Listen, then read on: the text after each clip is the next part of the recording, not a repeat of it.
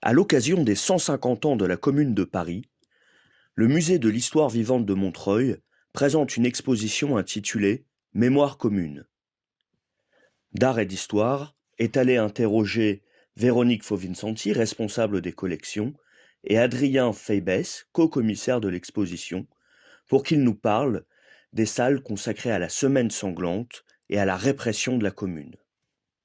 Nous sommes maintenant dans la salle qui est consacrée à la Semaine sanglante, c'est-à-dire la semaine où l'armée des Versaillais rentre dans Paris et réprime cette commune. Et vous avez le parti pris d'un côté de parler de cette répression de la commune, des combats, et aussi parler des exécutions d'otages dans le mur à côté. Tout à fait, en fait on a voulu montrer effectivement la violence de la répression versaillaise qui n'hésite pas à fusiller au moindre soupçon les prisonniers qui peuvent faire. Sans procès. Exactement, totalement, des exécutions sommaires. On a voulu aussi montrer donc ceci, mais également la violence des communards, donc notamment les incendies qu'ils font, des incendies pour protéger les barricades et pour protéger leur retraite vers l'est parisien et vers notamment le Père-Lachaise, et également la violence avec les exécutions d'otages, parce que les communards avaient des otages, notamment l'archevêque de Paris, des religieux, des gardes républicains également. Et donc on a voulu montrer en fait ces deux aspects, ces deux violences, violence versaillaise et violence communale. Sans pour autant les renvoyer dos à dos, puisque d'un côté, je crois que les exécutions d'otages, c'est 50 personnes, avec des tentatives de médiation qui ont été proposées par les communards. Vous précisez bien que la commune a proposé de libérer ces otages contre le sol blanqui à plusieurs reprises et que Adolphe Thiers a toujours refusé la moindre compromission. Et de l'autre, on a des débats sur les chiffres, mais entre 10 000 et 30 000 morts. Alors oui, en fait, les chiffres des morts de la Semaine sanglante a toujours fait débat. On essaye de minimiser, après que la commune, les pro-versaillais minimisent ces chiffres, et les pro-communards, au contraire, vont les agrandir. Donc il y en a qui vont aller jusqu'à 35 000 morts, et des recherches plus récentes les voient plutôt à la baisse, plutôt vers 7 000 morts. D'accord, 7 000 morts. Voilà. Et ce qui est intéressant aussi dans les documents que vous présentez, c'est que on voit que dès 1871, il y a ça devient un enjeu de mémoire. Et par exemple, on a des albums qui présentent les destructions de la commune. Alors, notamment ce document, cette lithographie, avec des vues des incendies, des soldats fédérés, donc ivrognes. Et ça, c'est intéressant de voir aussi comment, dès 1871, il y a une volonté de récupérer cette mémoire, de lui faire dire quelque chose, des photomontages aussi. Oui, tout à fait. En fait, c'est vraiment un véritable enjeu de pouvoir contrôler la mémoire à travers les images. Et pour représenter les communards, c'est tout le temps les mêmes des codes de représentation assez récurrents. C'est des ivrognes, des personnes violentes, des filles publiques pour les femmes, des pétroleuses. Exactement. On les présente comme des mégères, très clairement. Des personnes hystériques, etc. C'est tout le temps ces mêmes codes de représentation. C'est un moyen supplémentaire de condamner la commune en plus des différents procès qu'il y aura. Dans la salle qui est consacrée à la répression de la commune après la fin de la Semaine sanglante, content d'avoir fusillé sommairement au moment de la prise de Paris, la répression continue. Donc la répression continue effectivement, et d'après le rapport du général Appert, c'est environ 38 ou 39 000 personnes qui sont arrêtées.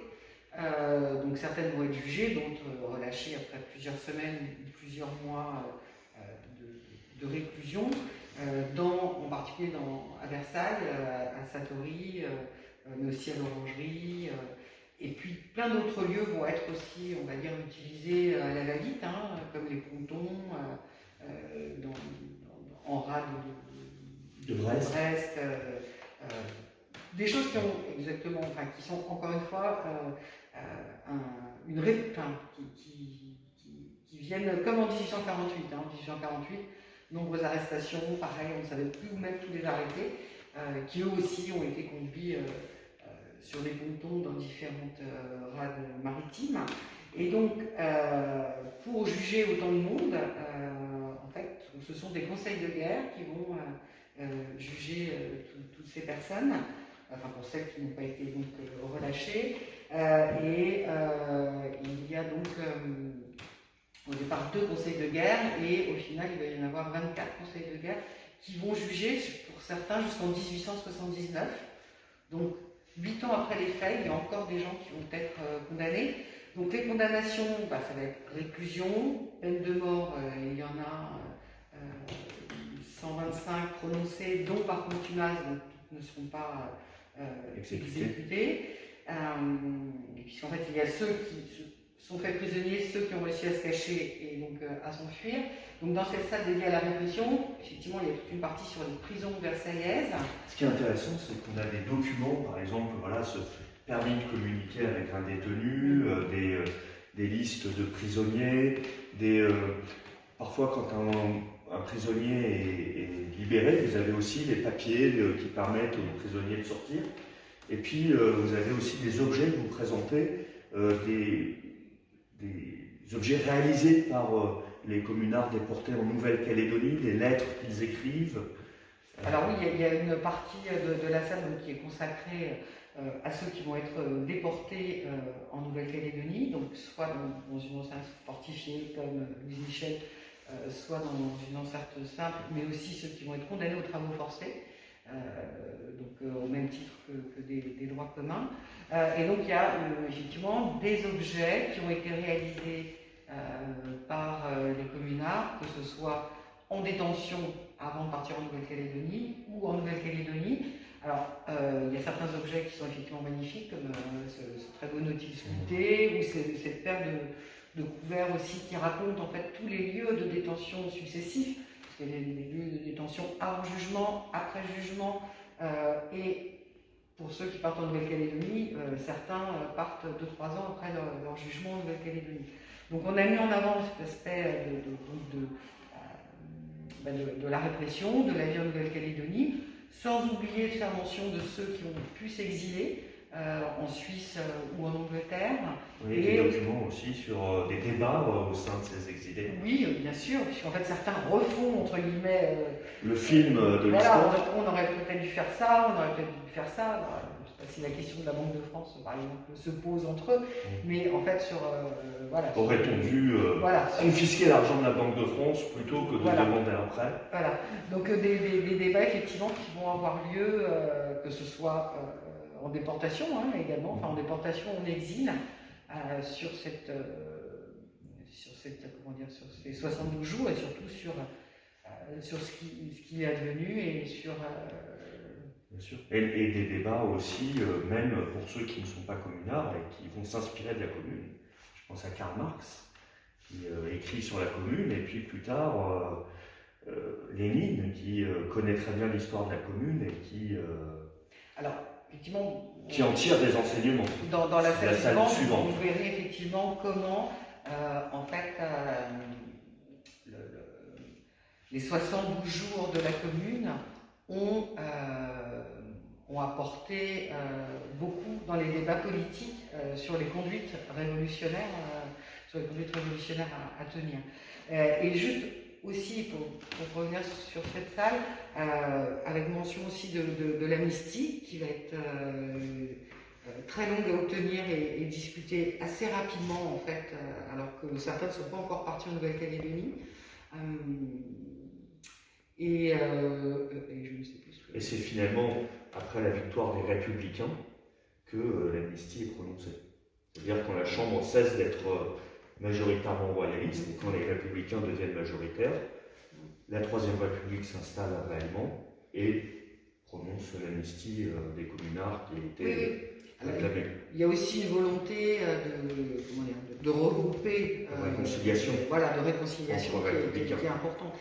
De fait, certains anciens communards deviendront des figures républicaines pour certains, seront entre guillemets absorbés dans la Troisième République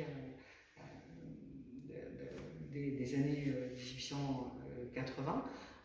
Certains auront des postes, d'ailleurs honorables, y compris dans l'administration. Je crois même qu'il y a cabinet ministériel à la fin du XIXe siècle qui réunit Millerand, qui a été communard, avec le général Galifier C'est pas national possible. au moment de l'affaire Dreyfus, où on a dans le même gouvernement le général responsable de la répression de la commune et un ancien communard. Non, il y a quand même un certain nombre à être réintégrés. D'autres vont continuer des luttes, comme Louise Michel, par exemple, qui est la figure de l'anarchisme. Voilà, une figure de l'anarchisme, une figure importante pour les féministes également, qui a beaucoup écrit, hein, parce qu'il y a aussi beaucoup de témoignages après coup, a posteriori, en fait, de récits de vie, dont les siens, hein, qui, bon, alors elle est déjà connue avant son procès, mais son procès en fait vraiment une héroïne. Voilà, Victor Hugo lui dédie un poème, etc. Et au lendemain de l'amnistie, elle poursuivra son combat politique dans le sens de celui qui animait la commune, à la différence d'autres, comme Millerand dont vous parlez. Oui. Quand nous chanterons le temps des cerises, et gai rossignol et merle moqueur seront tous en fête. Les belles auront la folie en tête et les amoureux du soleil au cœur. Quand nous chanterons le temps des cerises, sifflera bien mieux le merle moqueur.